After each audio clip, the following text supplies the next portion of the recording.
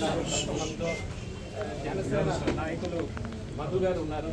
చెప్పండి, ఈ వేషధారణ వల్ల ఏ విధంగా ముక్కులు తెచ్చుకుంటూ ఉంటారు, ఎందుకని ఈ వేషాలు వేస్తూ ఉంటారు?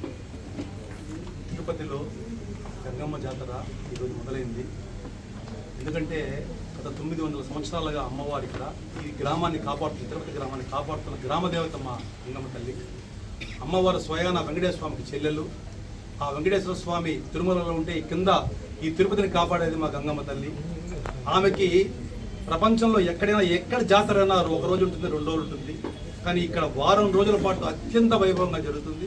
వారం రోజుల పాటు ఒక్కొక్క రోజు ఒక్కొక్క వేషధారణతో అందరూ ఆమెని కొలుస్తుంటారు.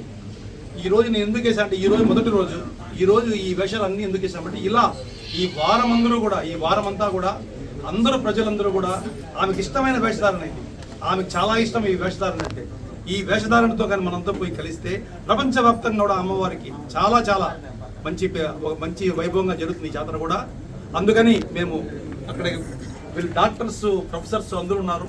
వీళ్ళందరూ కూడా చాలా ఇష్టంగా అమ్మవారికి, ఎందుకంటే కోరిన కోరికలు తీరినప్పుడు వాళ్ళందరూ కూడా ఒక వేషం వేసుకుని అమ్మవారికి అంటే ఒక తృప్తికరమైన ఇదనమాట ఈ వేషధారణ అనేది. నన్ను నేను ఈరోజు శ్రీకృష్ణ దేవరాలుగా చూసుకుంటున్నాను.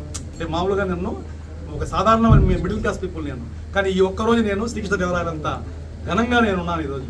అలా అమ్మవారికి పాత్ర కూడా అందరూ అవుతారు. Thank you. మన వైద్య వృత్తిలో ఉంటూ కూడా ప్రొఫెషనల్